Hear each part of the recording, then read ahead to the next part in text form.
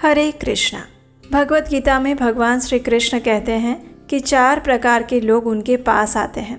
आर्त यानी कि जो दुखी हैं, अपने दुखों के कारण भगवान के पास जाते हैं। दूसरे हैं अर्थार्थी, यानी जिनको धन चाहिए, लक्ष्मी चाहिए या अपनी कोई मनोकामना पूरी करवानी है, ऐसे लोग। तीसरे होते हैं ज्ञानी, जो भगवान के विषय में और जानना चाहते हैं। और चौथे होते हैं जिज्ञासु। मनुष्य चाहे किसी भी माध्यम से, किसी भी कारण से भगवान के पास आए, लेकिन अंततोगत्वा उसे भगवान की विशेष कृपा और आशीर्वाद प्राप्त हो ही जाता है। भगवान का ध्यान आकर्षित करने के लिए, उनकी विशेष कृपा प्राप्त करने के लिए अनेक साधन हमारे शास्त्रों में बताए गए हैं। और ऐसा ही एक साधन है इस आषाढ़ मास में उनकी दिव्य कथाओं का श्रवण करना। जी हाँ, श्रवण करना ये भी भगवान की भक्ति का एक अंग है। और इसीलिए इस समय हम आप सभी को आषाढ़ मास की विशेष कथाओं का श्रवण करवा रहे हैं। इसका श्रवण करके आप सभी लोगों को निसंदेह भगवान की विशेष कृपा और आशीर्वाद प्राप्त हो रहे हैं। जाने अनजाने में आपके आध्यात्मिक अकाउंट में ऐसा धन एकत्रित हो रहा है जिसका खर्च करने पर भी कभी समाप्त नहीं होगा। तो चलिए इसी विचार के साथ शुरू करते हैं आज की हमारी आषाढ़ मास की कथा। आइए आज की कथा आरंभ करते हैं। श्रील सूत गोस्वामी ने कहा, हे मुनिवरों, सभी पापों का नाश करने वाले सुंदर पुण्यप्रद वेंकटाचल पर एक कृष्ण तीर्थ नामक स्थान है। अब मैं आपको उसकी महिमा सुना रहा हूँ, सुनिए। बहुत पूर्व काल में एक रामकृष्ण नामक बहुत बड़े मुनि हो गए। वे सत्यवादी थे, शीलवान, उत्तम भक्त थे, सभी प्राणियों पर दया करने वाले, शत्रु और मित्र के प्रति संभाव रखने वाले, जितात्मा, तपस्वी और जितेंद्रिय थे। पर ब्रह्म में निष्णात और एकमात्र ब्रह्म तत्व के आश्रित रहने वाले थे। ऐसे प्रभावशील मुनिवर रामकृष्ण ने उसी तीर्थ में घोर तपस्या की थी। वे अपने सभी अंगों को स्थिर करके खड़े रहते और वहीं पर खड़े होकर तपस्या करते हुए उनको कई 100 वर्ष बीत गए। उनके सभी अंगों पर वल्मीक की मिट्टी जम गई और उसने उन्हें आच्छादित कर लिया। फिर भी रामकृष्ण मुनि तपस्या में संलग्न रहे। उन्होंने वल्मीक की कोई परवाह नहीं की। जब देवराज इंद्र ने देखा कि ये मुनि ऐसे तपस्या कर रहे हैं, तो उन्होंने मुनि श्रेष्ठ के ऊपर मेघों को भेजकर बड़े वेग से वृष्टि करवाई। 7 दिनों तक लगातार वर्षा होती रही। मूसलाधार पानी पड़ने पर भी मुनि ने अपने नेत्र बंद करके वर्षा को सहन किया। उसके बाद बड़ी भारी गड़गड़ाहट के साथ कानों को बधिर बनाती हुई बिजली वल्मीक के ऊपर गिरी। वो वल्मीक ढह गया।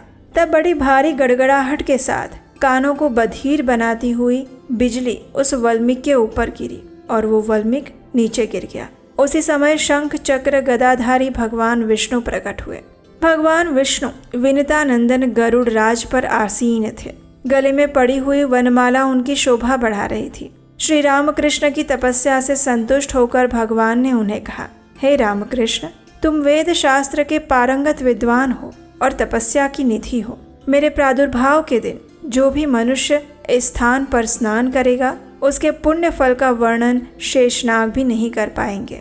सूर्य जब मकर राशि पर स्थित हो और महातिथि पूर्णिमा पुष्य नक्षत्र से युक्त हो, तो वो इस तीर्थ में स्नान करने का सर्वोत्तम समय बताया गया है। जो मनुष्य उस पूर्णिमा के दिन कृष्ण तीर्थ में स्नान करेगा, वो सभी पापों से मुक्त होकर समस्त कामनाओं को प्राप्त कर लेगा। आज से यह महातीर्थ तुम्हारे ही नाम से संसार में प्रसिद्ध होगा। ऐसा कहकर भगवान श्रीनिवास वहीं पर अंतर्ध्यान हो गए। उस तीर्थ का ऐसा प्रभाव है कि वो बड़े बड़े पापों को शुद्ध कर देता है, मनुष्यों की बुद्धि को शुद्ध करता है और उन्हें संपूर्ण ऐश्वर्य प्रदान करता है। जो भी मनुष्य इस कृष्ण तीर्थ के विषय में सुनता है या फिर किसी और को कहता है, उन दोनों को ही विष्णु लोक की प्राप्ति होती है। हे मुनिवरों, अब मैं भगवान वेंकटेश्वर के वैभव का वर्णन करूंगा। इसका श्रवण करके सभी मनुष्य सभी पापों से मुक्त हो जाते हैं। जो मनुष्य एक बार भगवान वेंकटेश्वर का दर्शन करता है, उसे मोक्ष प्राप्त होता है। सतयुग में जो पुण्य 10 वर्षों में प्राप्त किया जाता है, वही त्रेता में 1 वर्ष में प्राप्त होता है।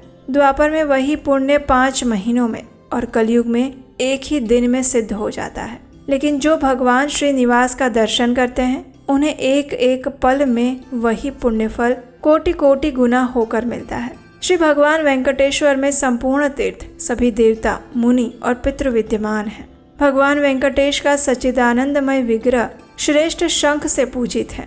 उसके स्मरण करने मात्र से यमराज की पीड़ा नहीं होती। जो इस पृथ्वी पर परम दुर्लभ मनुष्य शरीर प्राप्त करके हमेशा भगवान वेंकटेश का दर्शन और पूजन करते हैं, उनका जन्म सफल हो जाता है, वे कृतार्थ हो जाते हैं।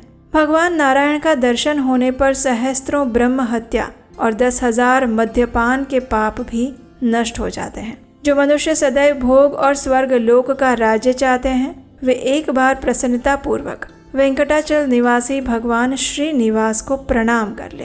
करोड़ों जन्मों में किए हुए जो कोई भी पाप हैं, वे सभी भगवान वेंकटेश्वर के दर्शन करने से नष्ट हो जाएंगे। जो संपर्क से, कौतूहल से, लोभ से या फिर भय से ही महादेव वेंकटाचलेश्वर का स्मरण कर लेता है, वो इस लोक और परलोक में कभी भी दुख नहीं भोगता। वेंकटाचल निवासी देवेश्वर भगवान विष्णु का कीर्तन और पूजन करने वाला अवश्य ही श्री विष्णु का सारूप्य प्राप्त करता है। जैसे प्रज्वलित की गई अग्नि एक क्षण में ही बड़े बड़े ईंधन को जलाकर भस्म कर देती है, वैसे ही भगवान वेंकटेश्वर का दर्शन सभी पापों को जलाकर भस्म कर देता है। भगवान वेंकटेश्वर की भक्ति 8 प्रकार की मानी गई है। पहली, भगवान के भक्तों के प्रति स्नेह, भगवान के भक्तों के प्रति स्नेह भाव। दूसरा, भगवत भक्तों की पूजा करके उन्हें संतुष्ट करना। तीसरा, स्वयं भक्ति पूर्वक भगवान की पूजा करना। चौथा, अपने शरीर की समस्त चेष्टाएं भगवान के लिए ही करना। पांचवा, भगवान के महात्म्य की कथा में रुचि रखना और उसे सुनने में आदर का भाव सम्मिलित रखना। छठा, अपने नेत्र और शरीर में भगवत भक्ति और भगवत प्रेम जनित विकार का स्फुरण होना। सातवां, भगवान श्रीनिवास का निरंतर स्मरण करना। और आठवां, वेंकटाचल निवासी भगवान श्रीनिवास की शरण लेकर जीवन धारण करना। ऐसे 8 प्रकार से अगर कोई व्यक्ति भगवान की भक्ति करता है, तो वो चाहे म्लेच्छ भी क्यों ना हो, तो वो निश्चय ही मोक्ष को प्राप्त करता है।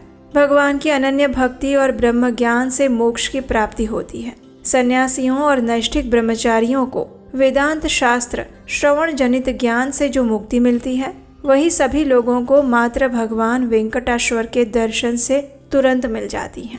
वेंकटगिरी स्वामी भगवान श्रीनिवास का दर्शन करने पर सभी लोग महापुरुष की श्रेणी में चले जाते हैं। उनमें से कोई एक दूसरे से कम या अधिक नहीं हो जाता।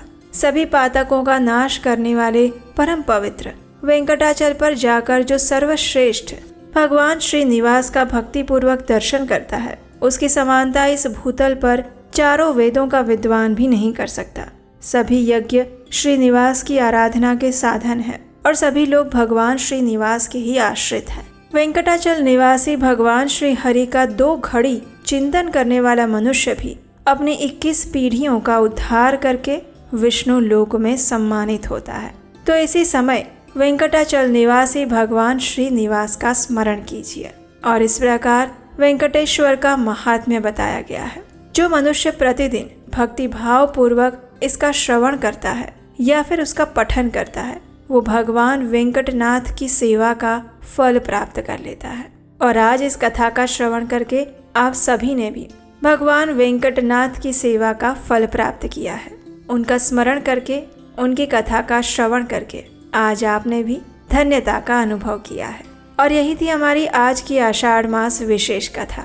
इस कथा को लाइक कीजिए और आज की ये भगवान वेंकटेश्वर की कथा को सभी लोगों को, मित्रों को, परिवारजनों को शेयर कीजिए। उन्हें विशेषकर कहिए कि वो ये कथा को सुने, ताकि भगवान की विशेष कृपा और उनकी सेवा का फल उन्हें भी प्राप्त हो सके। और हम आपसे मिलेंगे इसी आषाढ़ मास कथा श्रृंखला की अगली कड़ी के साथ कल प्रातःकाल। उसे सुनने के लिए आपके अपने चैनल उपदेश अष्टकम को सब्सक्राइब करके रखिए, नोटिफिकेशन ऑन रखिए और हमारे व्हाट्सएप कम्युनिटी ग्रुप के साथ भी जुड़ जाइए। लिंक नीचे डिस्क्रिप्शन बॉक्स में है। हरे कृष्णा।